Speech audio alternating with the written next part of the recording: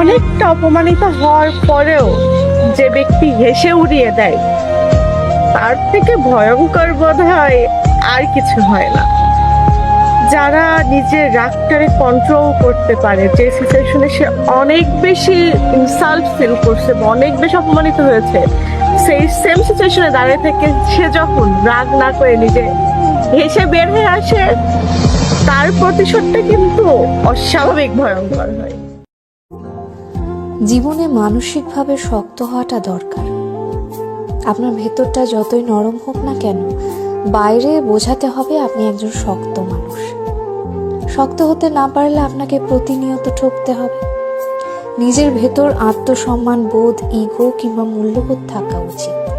খেয়াল করলে দেখবেন যারা ঠকে যায় তারা বরাবরই নরম মনের মানুষ। শক্ত মনের কাউকে মানুষ ঠকাতে পারে না।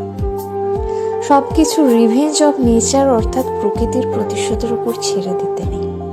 কিছু বিষয়ে আপনার নিজেরও প্রতিশোধ নেওয়ার দরকার আছে। যে আপনাকে যতটুকু অবহেলা করে, কষ্ট দেয়, তাকেও সেই পরিমাণ অবহেলা কিংবা কষ্ট ফিরিয়ে দেওয়া উচিত। জীবনে ভালো থাকার জন্য হলেও একটু কঠোর হওয়া দরকার।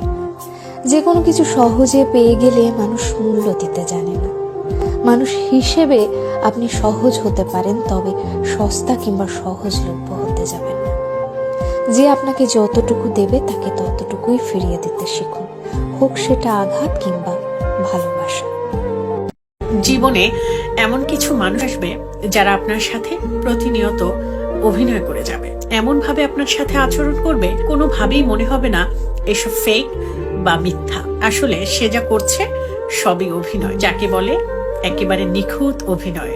আর আপনি যদি কোনটা অভিনয় আর কোনটা সত্যি এই দুটোর পার্থক্য না বুঝতে পারেন, তাহলে সেটা হবে আপনার জীবনের অনেক বড় ব্যর্থতা। তাই সময় থাকতেই আসল নকলের পার্থক্যটা বুঝুন।